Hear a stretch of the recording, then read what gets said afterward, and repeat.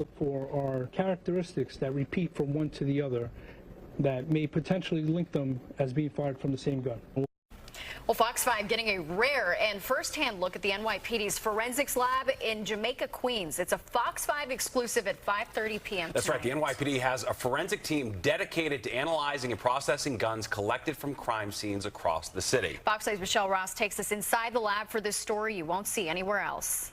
It's one of the largest forensic labs in the country, a place that's rarely ever seen by the public, but utilized every day by the NYPD. A place where recovered guns and ballistics are analyzed and processed after being recovered from crime scenes. Every gun from every crime scene in all 5 boroughs is brought here to Jamaica, Queens at the NYPD Police Lab. This firearm here is your traditionally manufactured Glock firearm, semi-automatic pistol. Over 6,000 guns and 10,000 ballistics were processed in this lab last year. The guns are compared to the NYPD's vast reference collection, which is also home to guns used in high-profile crimes, including the firearm used by Son of Sam and the gun used to kill John Lennon.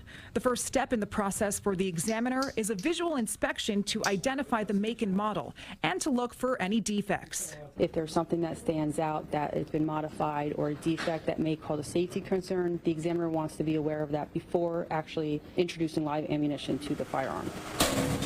We're now in the bullet recovery room while they'll be shooting one of the firearms into this tank, which is full of water. They'll be doing this to test the operability of the gun. This is done for the judicial system to prove the firearm actually works to charge the suspect with criminal possession of a weapon.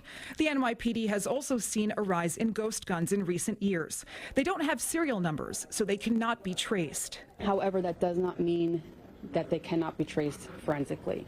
Forensically, they still operate and function the same as any other traditional firearm, that we can still generate test fires. Test fires are also done to see if a particular firearm was used at the scene of a crime by comparing these bullet casings to the ones recovered at the crime scene. The firearm is discharged into the tank holding 800 gallons of water, which slows down the bullet. When you recover the bullet from the water, it will be in a pristine condition. So the markings that the bullet takes from the firearm, the rifling, it'll be in a pristine condition that can be used for microscopic comparison.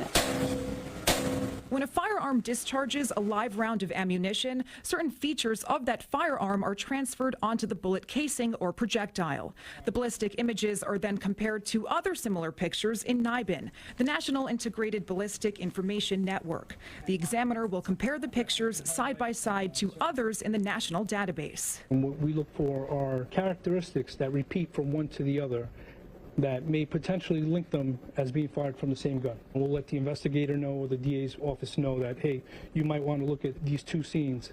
They could be a potential link. Once they determine a potential link, an examiner will microscopically compare them to get an even closer look. This can either assist in prosecution or help an innocent person be exonerated. Whatever the outcome, it's determined with the help of technology and the precise hands and eyes in the NYPD Police Lab. Reporting in Jamaica, Queens, Michelle Ross, Fox 5 News.